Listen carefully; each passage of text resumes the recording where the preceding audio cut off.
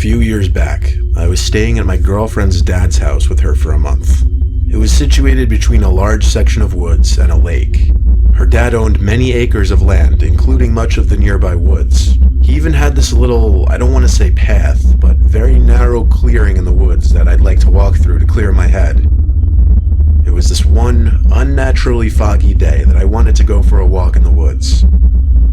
I put on my boots that I'd use for hiking and told my girlfriend I'd be back in a little while. She didn't like to walk in the woods, so I'd always do it alone. Walking into the narrow clearing in the woods, I really took in how foggy it was that day. I couldn't see 15 feet in front of me. I hadn't seen it like that in years. In fact, I haven't seen it that foggy since. But as long as I'd stay in the clearing, I'd be able to find my way back. Walking through the clearing, I thought I could hear my footsteps being mirrored, as in synchronized with someone else's steps. So I stopped and listened. This was private property. Nobody should be here except for me. So I calmly called, "Hello?"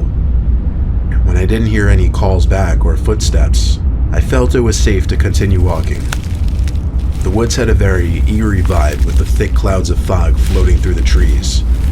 Crunches on the floor of the woods from my boots and the sounds of evening crickets was just about all I heard. A calming vibe. Then I heard it. A moaning-like breathing noise, like an old man moaning in discomfort. This time I knew I wasn't alone. It sounded like someone was hurt. I walked towards the noise concerned, once more calling out, "Hello?"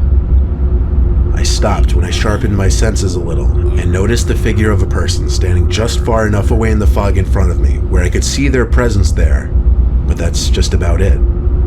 Just a really tall figure in the fog. That was the person making the moaning sounds. I crept a little closer, asking if the person needed assistance, but I didn't exactly get a better view. So I walked a little closer, and still, it didn't feel like I was getting any closer to the person. I yelled this time, and the moaning stopped. I took 2 more big steps this time towards the figure, and that's when I realized that no matter how much I walked forward, this person, this figure, didn't seem to get any closer. I turned around and started walking back through the clearing in the direction of my girlfriend's dad's house. I looked over my shoulder about 5 seconds later and swallowed my gum, seeing that the figure now behind was still the exact same distance it had been this entire time. I started running, heart racing, running short on breath rather quickly. And every time I looked over my shoulder, I saw that figure hovering the same distance behind me. And I use the word hovering now, because I eventually picked up on the fact that I couldn't see the outline of the lower part of the figure's legs. It just looked like this floating apparition in the fog. I eventually made it out of the woods back to the yard of the house. I took one last look at the tree line while it was still in sight through the fog, and I saw the person, figure, apparition, whatever I should call it, right by the tree line. I burst in through the back door of the house, slammed it shut out of breath, and when my girlfriend, her dad, and her brother came in response to my noise, I pointed out into the fog at the tree line, telling them someone or something was following me in the woods, no matter how fast I ran. Her dad put on his shoes and went outside with me real quick. I pointed to where I last saw the figure in the woods, and it was gone. He patted my shoulder and told me I had nothing to worry about. With he and I being 2 6-foot dudes, and with the 2 dogs in the house, no one would be breaking in here. I laughed and pretended for a second as if I wasn't mentally scarred for life from what just happened. I'm not one to believe in ghosts or anything of that nature, but this was definitely the closest thing to paranormal I'd ever experienced. It still sends shivers up my spine to this day.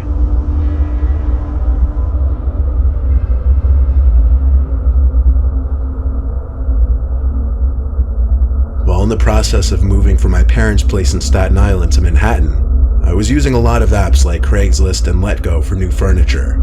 I had already gotten the apartment in Manhattan by the point of this story, but I was still spending most of my time in my parents' house while I was still finishing up furnishing the apartment. I was on the app Letgo, and I found a really cheap, nice-looking dresser that matched the rest of my furniture. I messaged the guy whose name was Jake, and he was quick with his responses. We set up a time and place to meet that night, outside his house on some dead end by a little park. He said he worked late shifts, and his only available time to meet would be past 10 most nights. That was fine for me though. I didn't have work that week. The meetup time was 10:30. I wanted to be a little early because honestly the later it got, the sketchier things would feel. I got to his house at like 10:15 or maybe earlier, but it was an intensely foggy night. I couldn't even see if there were other cars parked in the street. Literally seconds after I parked at the dead end, I got a message from Jake on Let Go saying, "You're early. Just give me a second, I'll be right out." I thought, what in the world? How did he know I arrived that second? Was he watching from somewhere in the fog? Still, I replied, okay, and looked around even harder now. I realized there weren't really any houses on this street, at least not normal-looking houses. It was an unusually secluded street for Staten Island with some small buildings that I couldn't even make out what they were for. Eventually, Jake sent me another message saying, "Come on out, the dresser's waiting out back." Out back where though? I couldn't see anything. I got out from my car while replying back to him asking where I should go. That's where the responses on the app stopped, and the yells "over here" started. I followed the voice of this Jake person through the fog. I felt as if I were in some bizarre horror scenario. Following his voice, I'd occasionally shout, "I'm coming." I walked through this narrow alleyway-like thing between these two buildings.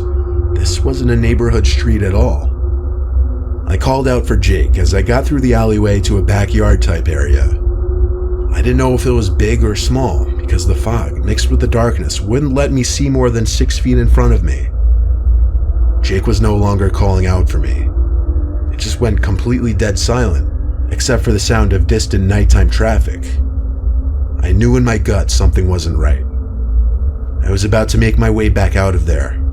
"Wait, your dresser's just right inside here. Come inside." I heard his voice in front of me, but I could not see him. I didn't respond. I just started backing away towards the small alleyway. I turned around, and I could see other people standing mere feet away from me. Even through the thick fog, I could see them just standing stiff up against some wall or fence. Something bad was going on here. I began a sprint back through the way I came, and I saw and heard I was being chased by at least 3 different people. I didn't run for my truck, as I wouldn't have time to get in, start it, and do a 3-point turn. I ran down the road till I couldn't run anymore and got the police on the phone. 2 police cars pulled down the road eventually. One of them picked me up when I waved them down. We got to the location and we went to the little yard area. There weren't any people still back there. The 2 little buildings were both abandoned storefronts. The back door was wide open, but inside was literally nothing. Do I even need to say it? No dresser, obviously. I showed the officers the Let Go conversation. All I had to do was give them the account that posted it, and that would allow them to open an investigation. But somehow nothing ever came of it. I'm not sure how thoroughly the police department even investigated this. All I know is something very, very bad was going to happen to me if I went in that building.